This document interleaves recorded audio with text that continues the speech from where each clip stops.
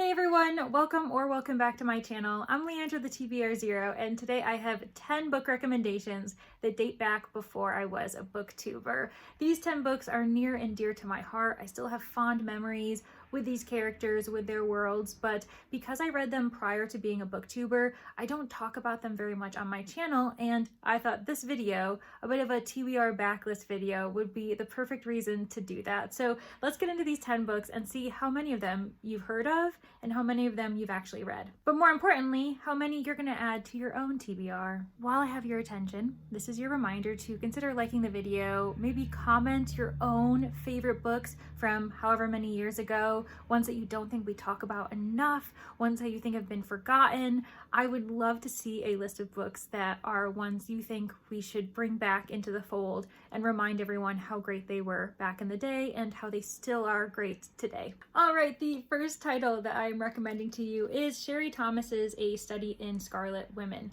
This is the first book in the Lady Sherlock series. It's a historical mystery set in Victorian London, and it is obviously a Sherlock retelling in which Sherlock is a woman. Her name is Charlotte Holmes, and she has this alias, this persona, Sherlock Holmes, which allows her to aid upper class society with some problems that are minor and others that involve murder. And for whatever reason, we know the reason, it's easier for everyone to accept the advice from a man than from a woman. I really enjoy Charlotte's character, how true to form she is. She's very much like the original Sherlock we know, but also unique in her own way because Sherry Thomas uses the mold of Sherlock and Watson of London society written in that fictional world, but also provides her own unique spin on it, which I really appreciated. There's also multiple murders, so if you're someone who needs the body count to just keep rising, I can ensure that that happens. Charlotte Holmes is also motivated because the prime suspects are her father and her sister in this particular narrative. I've also continued the series. I read the second book, A Conspiracy in Belgravia. I own books 3 and 4, haven't continued them, so clearly this whole recommendation is more so a reminder to myself that I need to return to this series, but it really is a very cool, unique gender flip, and I'm saying that in knowing that there are a lot of Sherlockian retellings in which Sherlock is a woman, but I thought this one was really refreshing while also staying true to what the Sherlock Watson mystery series are all about. So I highly recommend this, and I also hope to continue the series, so hopefully this motivates me. The second backlist title I recommend is Tell the Machine Goodnight by Katie Williams. You may recognize the author even if you don't recognize the title, and that's because her most recent publication is My Murder. That's a sci-fi mystery thriller, and honestly, I adored that book. I gave it 4.5 stars, and I also really loved this one. This was my first experience with her, and it's really nice to know that she's become an author I can just trust and potentially auto-buy. This is also a science fiction novel, so that seems to be her primary genre rather than mystery or thriller, but there are some dark nooks and crannies within this book, and that's to be expected, especially because the premise is that in this near future world, we have found this technology, a happiness machine, where people can go and read their lives. The machine tells them what they have to do to become happy, and it can be small acts or huge acts, positive acts or dangerous, harmful acts. So it's really interesting to see what the machine comes up with. It could be as small as get a dog, or have a bit of honey every single day, or it can be something more drastic like remove a certain limb, a physical piece of your body, or harm someone else. And it was really interesting to see how each of these characters navigated it, especially the main character, Pearl. She's actually one of the technicians, one of the people who is charged with using the machine. And I've been meaning to reread it actually because I thought it was really fascinating. So I highly recommend this, especially if you're someone who likes the kind of near future sci-fi that involves technology that we may eventually be able to have. The third book I recommend is Salt Houses by Hala Aliyan. This one is more contemporary literary fiction, historical fiction even, because it follows multiple generations of this one Palestinian family in their diaspora as they move from one continent, one country to another, trying to figure out their place in the world and also navigate the history, culture, and pain that they carry with them with every single generation. I was just simply moved.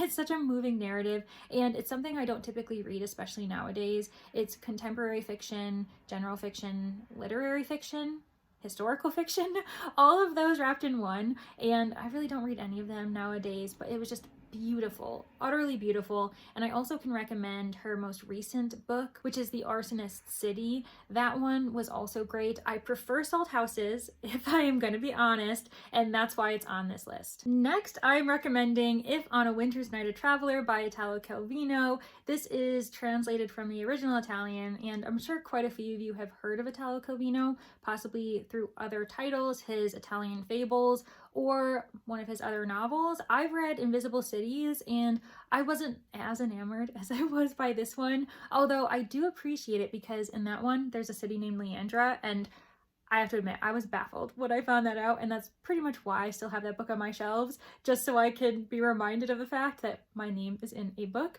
But If on a Winter's Night a Traveler is such a unique metafictional book. I cannot express it enough. It also is one of the most excellent examples of the you form, of using second person, in which you, the reader, are a character. And what happens is that you go to a bookshop, you pick up the most recent publication of one of your favorite authors, you buy the book, you return home, you start reading it, and then you realize that the book was misprinted, that it's not finished, and you begin this journey of trying to find this book, find it completed so you can see what happens next. And every single time you think that you found it, you realize that you started another story that is still not finished. And it was so interesting. I really, really enjoyed it.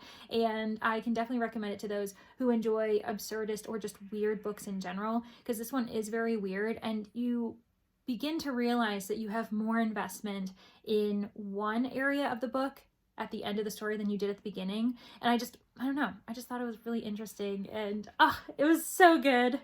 The fifth backlist title I recommend is Colson Whitehead's The Intuitionist. This is the first book that Colson Whitehead ever published, and I don't think it gets enough notoriety. Not enough people are talking about it, and I understand that his most recent books have won awards and they've been adapted, but I think that he was cheated when he published The Intuitionist back in 1999, and the awards weren't rolling in then. This is a book that I have actually recently reread. I read it when I was going to be teaching it for a course, and it was just such a lovely reminder as I was reading the story a second time that it still holds up, that it's still so strong. And this is another mystery on my list, but it's an alternate history that involves our focus on a different type of technology than we decided to. In this kind of alternate New York City, we'll say, we have the focus on elevators. Elevators are the future, and in fact, we have government officials who are trained and manned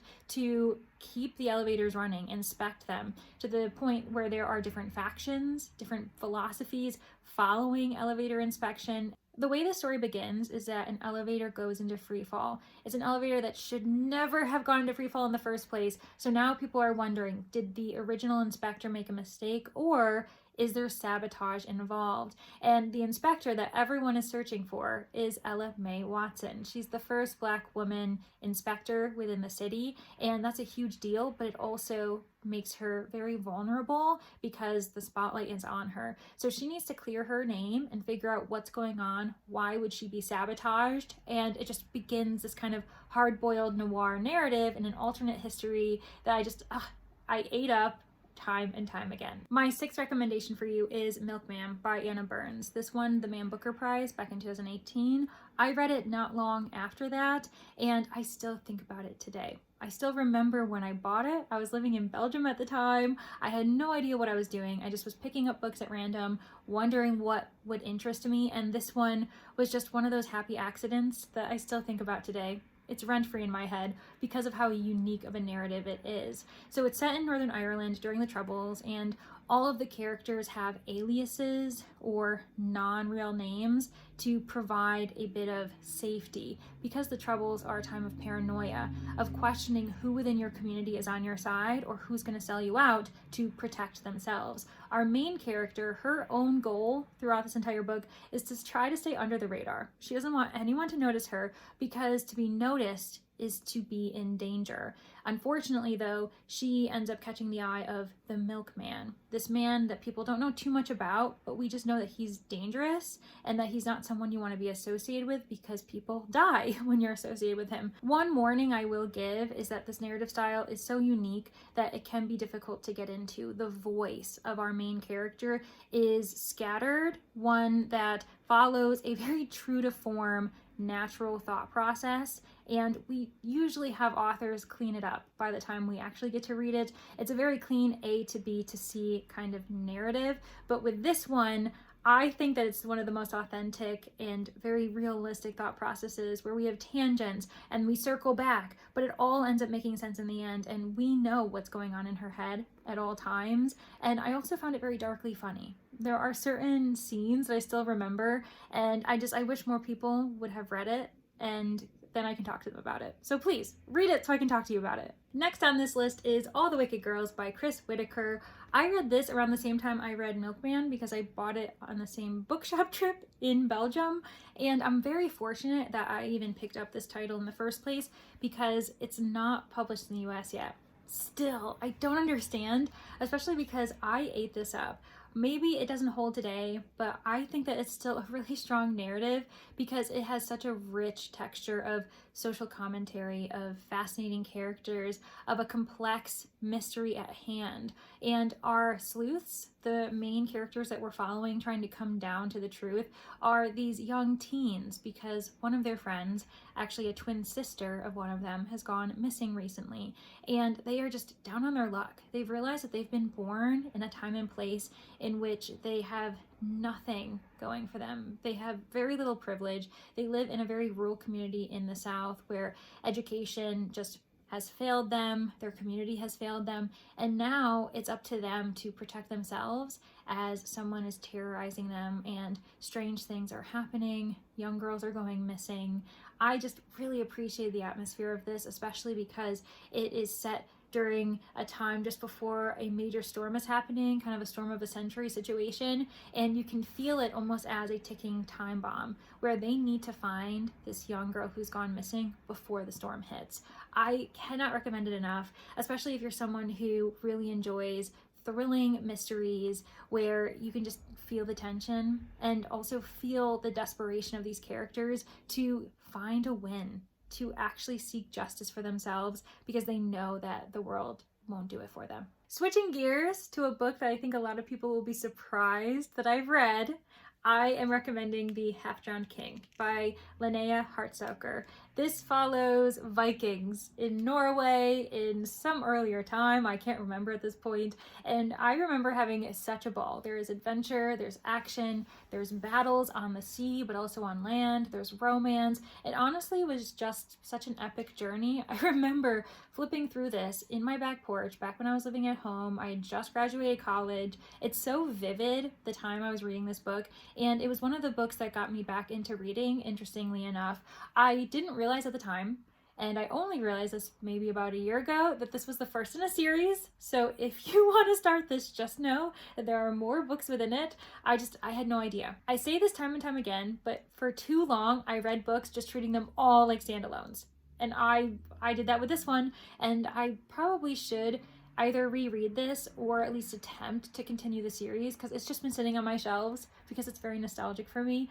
But yeah, I gotta figure out what I'm doing with it. My 9th book on this TBR backlist recommendation list is Kira Henahan's Orion, You Came and You Took All My Marbles. This one I have talked about recently. It was in my Deserted Islands TBR video, but I couldn't miss another opportunity to mention how fun it is. This is a great absurdist take on the hard-boiled detective fiction novel. I know the cover doesn't scream noir or hard-boiled detective fiction, but it really is, and it's also just such fun satire. Our main character, Finley, she is trying to get to the bottom of a certain mystery that's been assigned to her, and it involves this man who makes puppets, but she's also trying to figure out the mystery surrounding her own identity, where she came from, why she's even here in this weird reality, and it's just a mess of hilarity, of confusion, and you're just along for the ride with her fellow detectives, and I've been meaning to reread it. Yes, I've reread it before, a couple years ago, loved it,